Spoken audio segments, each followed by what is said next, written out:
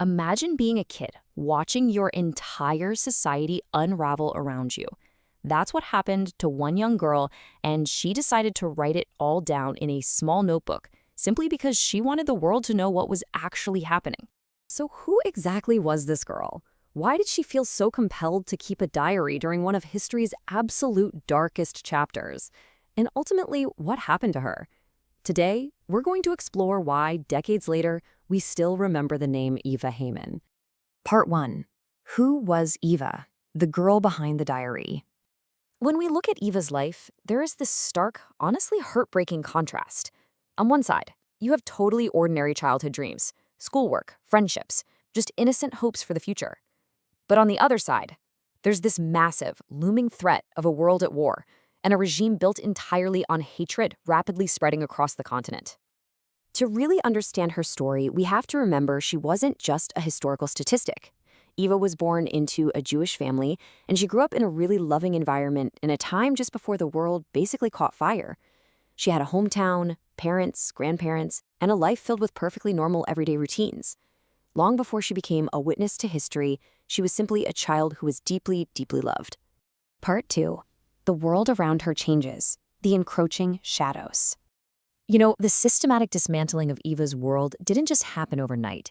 It was a really gradual, suffocating process. It started with anti-Jewish laws, which were quickly followed by severe economic restrictions placed on families like hers. It was literally step by step, law by law, that her ordinary life was just systematically chipped away. Everyday life completely mutated.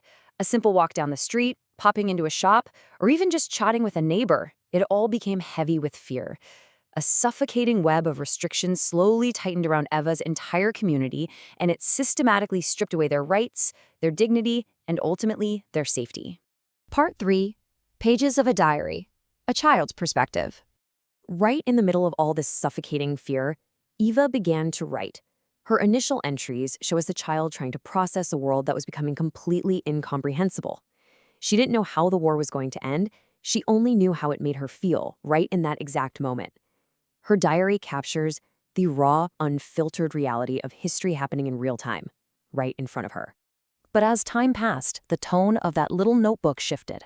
We can really see the heavy toll those encroaching shadows were taking on her young mind. Hope strained under the immense weight of growing, undeniable fears. Through her own handwriting, she was documenting the death of her ordinary childhood. Part 4. Deportation and the camps. The collision. Eventually, that isolation turned into physical removal. The Holocaust reached Eva's community. She and her family were subjected to forced deportation. They were forced from their homes, stripped of their remaining humanity, and loaded onto trains. And then, they arrived at Auschwitz. Auschwitz was the site of systematic persecution and mass murder carried out by Nazi Germany. It represents the absolute darkest capability of human engineering. It was a place designed not for life, but for the efficient, industrial-scale annihilation of the Jewish people. The human consequences of what happened there are still, honestly, almost too massive to comprehend. Part 5. What happened to Eva, the historical record? Now, Eva's diary actually ends before the ultimate tragedy. Her own voice goes silent. What we know of her final fate, the tragic fact that she was murdered in Auschwitz, comes not from her own pen, but from later historical research. It was pieced together through the testimonies of survivors who had to establish the grim conclusion to her very short life. Part 6. Why Eva's story still matters. The legacy. The true value of personal testimony like this just cannot be overstated. When we hear the number of 6 million murdered Jewish men, women, and children, our human brains simply can't process a number that vast. It's just too massive. But diaries like Eva's, they cut right through those statistics. They give the past a real face, a name, and a heartbeat. Eva Heyman was just one girl, but she represents so much more. Through her deeply personal story, we're able to remember the countless other children who faced similar tragic fates.